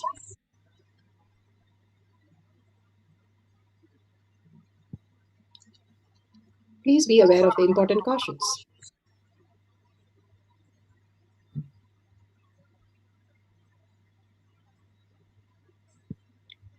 What is power manifestation? Let's hear from Bhagwan himself explaining what is power manifestation. All the 25 states of consciousness, when they happen in you, due to your chemicals and hormones ups and downs, it is powerlessness. When it happens in you, out of your free will and consciousness, it is powerfulness. That's all. When you fall into sleep, it is powerlessness. When you enter into sleep, it is powerfulness. When you fall into dream, it is powerlessness. When you decide to dream, it is powerfulness. So I've added the ultimate powerfulness, Turyatita, in your whole being and doing. Manifest all the powers. Understand, power manifestation is nothing but cognitive shift. It is not work. It is cognitive shift. Understand? It is just cognitive shift. It's not work. Work is a 4-letter word. Power manifestation is cognitive shift. Playing with life. Playing with being alive. Bhagwan beautifully explained what is power manifestation. The cognitive shift in you. You start experiencing the oneness with Paramashiva and manifesting the powers. Being alive and commanding over the nature, commanding over everything, you understanding that you are the source of Parashakti, manifesting all the realities. He has brought all the gifts from Kailasha for us to experience each one of them and be in the oneness with Paramashiva. Pratyaksha Pramana, the scientific study, measuring the effect of being in the enlightened state. Again and again, we can be in the enlightened state, the thoughtless space. Thinking is not required for life. And the superconscious being, how he has described that so many have experienced that oneness and manifested their reality. And each one of us can manifest the same thing, understanding the higher science of the reality. Let's go to the Shastra Pramana. This is the scriptural reference for the power of will. And this is from the Shiva Sutra, Sutra 1.13. Icha Shakti Uma Kumari. Bhagavan Paramashiva says, his will is the energy of Shiva and it is called Uma, an independent power of Paramashiva, and it is called Kumari, the cosmic energy that plays. Shiva Sankalpa Mama Sankalpa. It is beautifully said how his will becomes our will. And is it free choice or it is predetermined? Bhagavan beautifully says, when you are caught in the delusion, it is predetermined. If you want to be in the free will, if you understand that your father is $1 trillion father, simply you can manifest any of the realities. Then it is a free will. So if you understand that you are consciousness and you are the source of everything that exists as reality, the manifestation, all that exists, Bhagavan says, is Paramashiva. All that happening is Parashakti, manifested as reality. All that exists is we, if we wake up to understand that, we will understand the higher reality. Each one of us a reflection of each other in different shapes, different form, different possibility. But everything is a manifestation of the reality. Consistently, we are manifesting our reality and experiencing the oneness with Paramashiva. All that which exists is more and more in a beautiful space of oneness. When Adi Shankaracharya, who is an embodiment of Paramashiva, who was feeling thirsty one day. So he took his disciples and went that side, and he found an arak shop, and he took that and drank it. And his disciples were so happy, they also drank it. And going further, he again felt thirsty, and then he saw a molten metal area, and all the disciples literally got shaken. What is he going to do? He went and drank the molten metal, and nothing happened to him, nor the throat, nor the stomach, nor his body. Everything was just perfectly fine. And he turned to the disciples literally vanished away.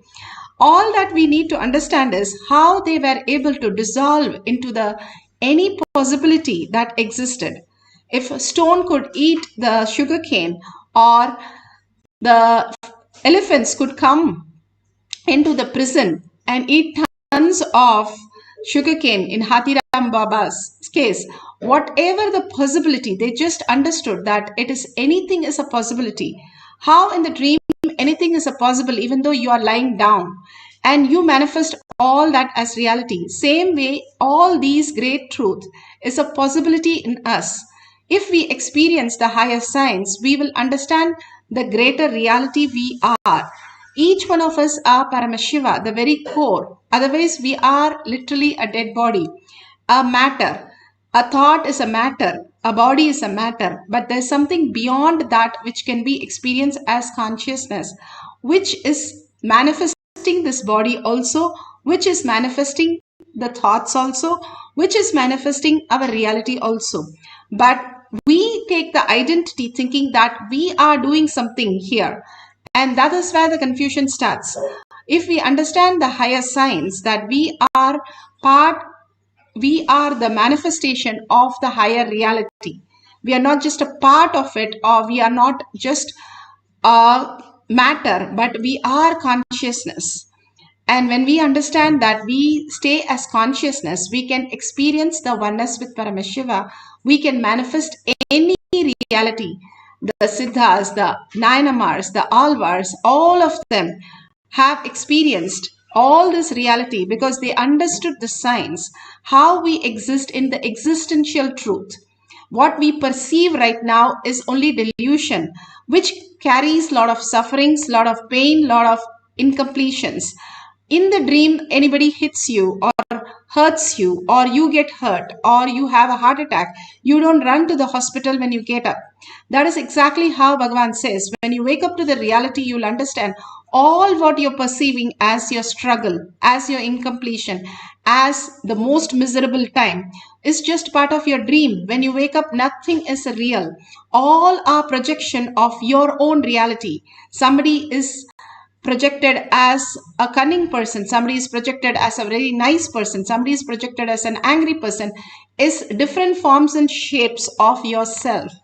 If you understand that whole science, how we can exist and how the very core of us as a reality exists, we can manifest any reality and command over that.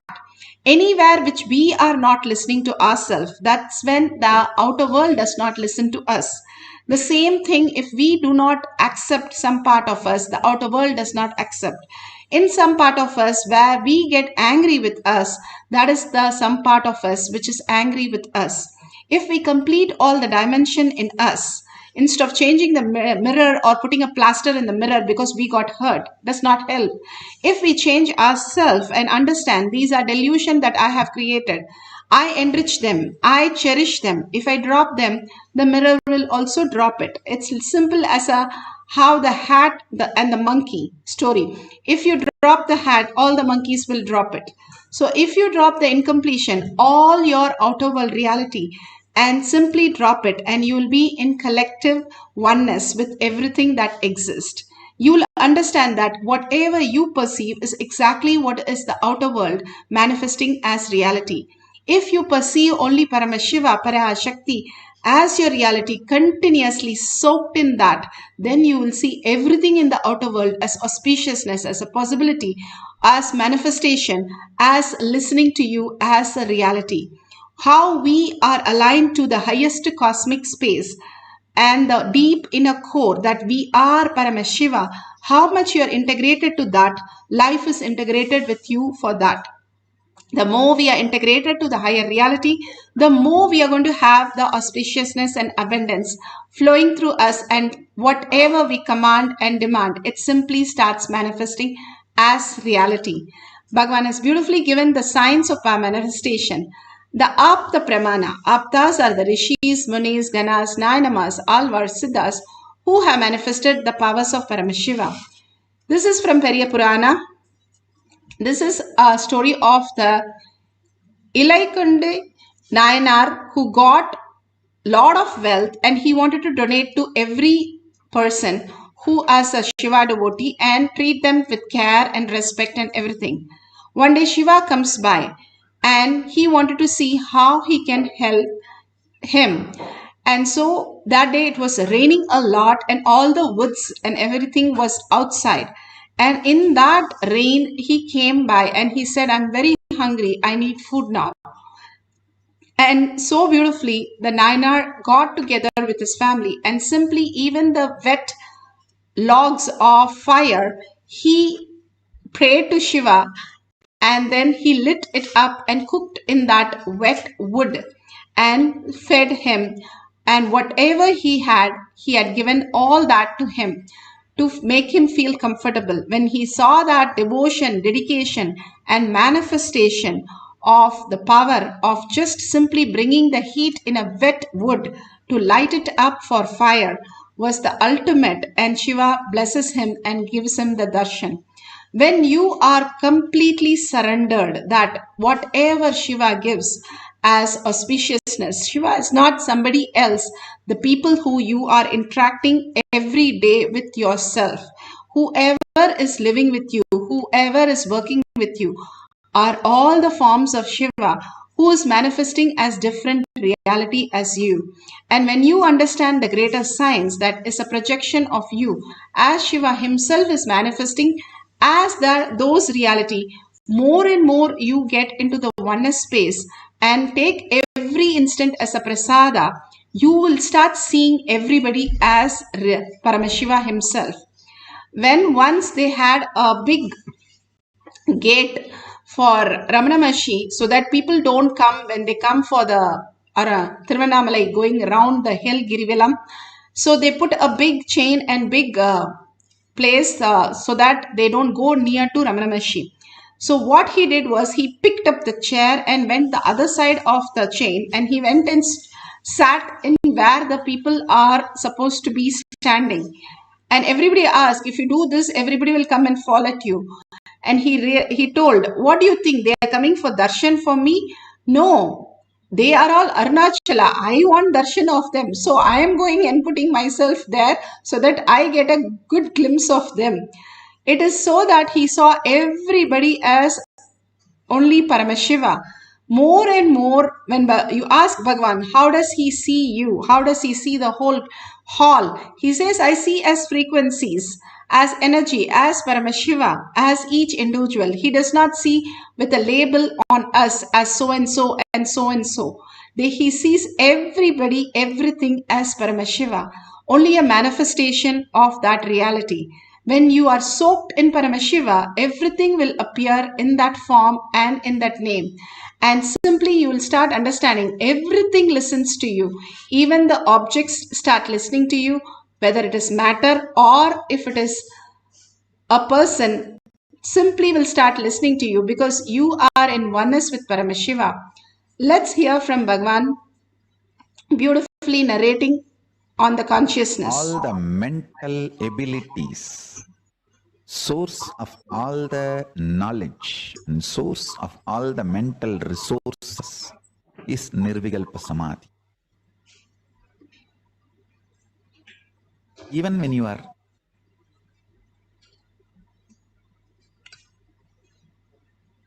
eating, before eating, just sit for a few seconds and bring your breathing and remember the reality. Nirvikalpa Samadhi is breathing in you. Paramashiva is breathing in you. That is the truth. There is nothing to imagine and visualize and realize. Reality does not need to be realized. It is the truth. Highest possibilities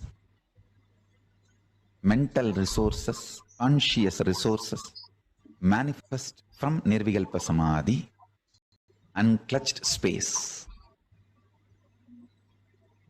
Turiyavana Sampannam. Time you spend on unclutching is the only time useful in your life. Every minute you spend in unclutching, your life